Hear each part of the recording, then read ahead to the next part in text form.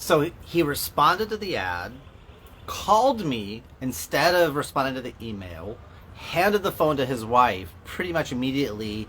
She and I talked for 10 minutes, and now he and I have an appointment at later on tonight. So, guys, here's what's going on. I've got a giveaway that I'm doing right now. It's a guide, the #1 mistake men make with the silent treatment and what to do about it. And I've got a guy, we've been texting back and forth a little bit, but he shot me a message, and like, he wants things to be different. He doesn't know what to do. She's crazy, she's inconsistent, like all this stuff that he's throwing out. And I'm like, dude, I feel for you, but you know, there's a reason she's doing what she's doing. I don't know what it is. So he calls me, puts me on the phone with her, and we end up talking on speakerphone, the three of us. And she said some things really important. Now, this is a woman who's been giving him the silent treatment. She has been threatening to leave the relationship, but out of honor for her vows, she doesn't want to do that. The thing is, their lease is up in May, and she's not planning on renewing, so they got to find a new place to live. And if they got to find someplace new, she's planning on doing it on her own. The thing is, as we're talking, she said something really important that I kind of like, can I pause for a second and point that out? She said, hey, Tony, hey, Coach, nice to have you here, man. But she said that she didn't say that she's leaving him. She said, if things don't change, I'm going to be leaving.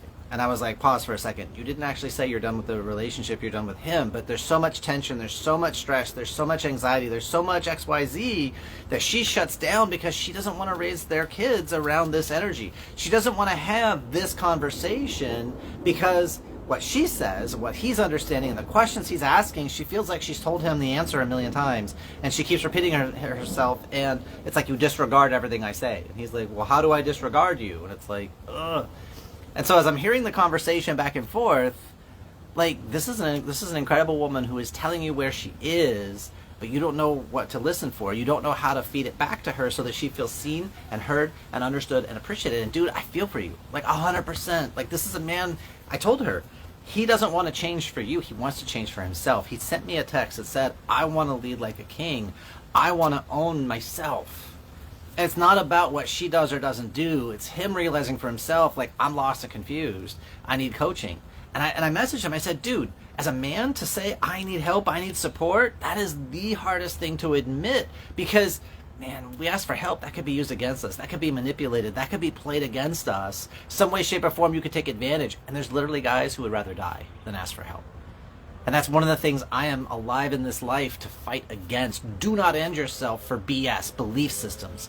There are ways to pull yourself out. There are ways to move forward. We can make things better. And in this case, we got till the end of April. So you got 2 months, dude. And she needs to see a drastic change. She needs to feel a drastic change. And I asked her point blank, why did you marry this guy? And she said, because he's so kind and he's so thoughtful and he's so strong in his faith for Jesus, because that's important to her.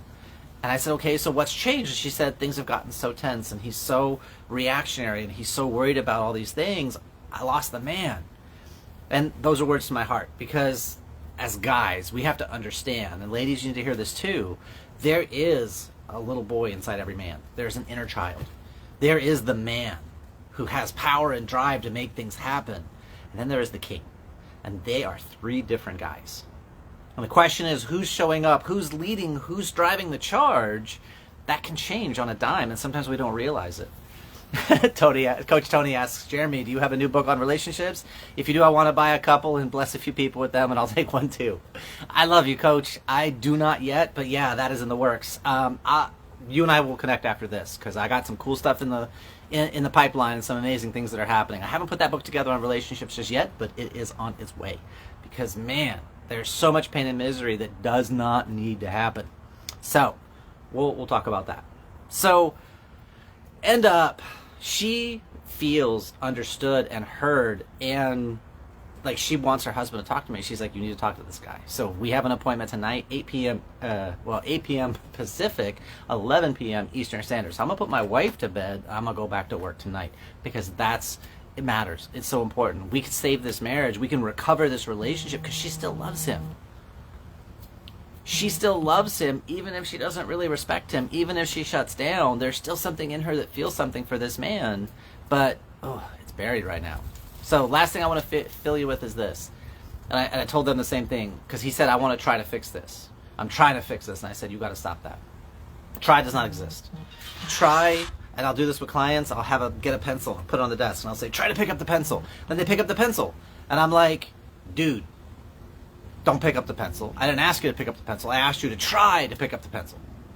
And then they picked up the pencil. I'm like, no, you did it again. I didn't ask you to pick it up. I said, try to pick it up. And then they like sit there and they look at me and they blink. And it's like, nope, now you're not picking up the pencil. Try to pick up the pencil. Come on, like try to pick it up. And eventually you get to this realization, try is a justification. I did my part, and then the magic didn't happen, and it's not my fault. That's really what try is. You either commit to the result or you don't. I'm a multi-time U.S. national champion for a reason. It wasn't faith or luck or hope or I tried. It was because I committed to the result, I committed to the outcome, and I took action. And I got feedback. I got my butt kicked. A lot. But I learned, and I improved, and I got harder and stronger. I got more devious, more tricksy. I got more focused. And I was committed to the result, not to the effort, not to the plan. Oh, I'm going to try this. No, get your result. Do you want to be right, or do you want to get results? And he said, I want to get results. I said, that's what I need to hear. And that's what you need to hear. That's what she needs to hear. But more important than hear it, she needs to feel it on the daily.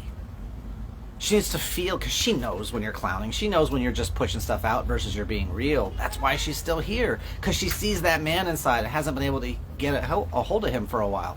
That's what we got to reconnect to, and we got a limited period of time to make it happen. So I'm excited for tonight's call, and I'm excited to move this guy forward, because this is an amazing woman with a ton of power who just absolutely says it like it is and makes it clear. So, dude, you never know what's going to happen. But if you step in and you show up and you step up, the world can change. Archimedes once said, with a fixed point and a lever long enough, I can move the world.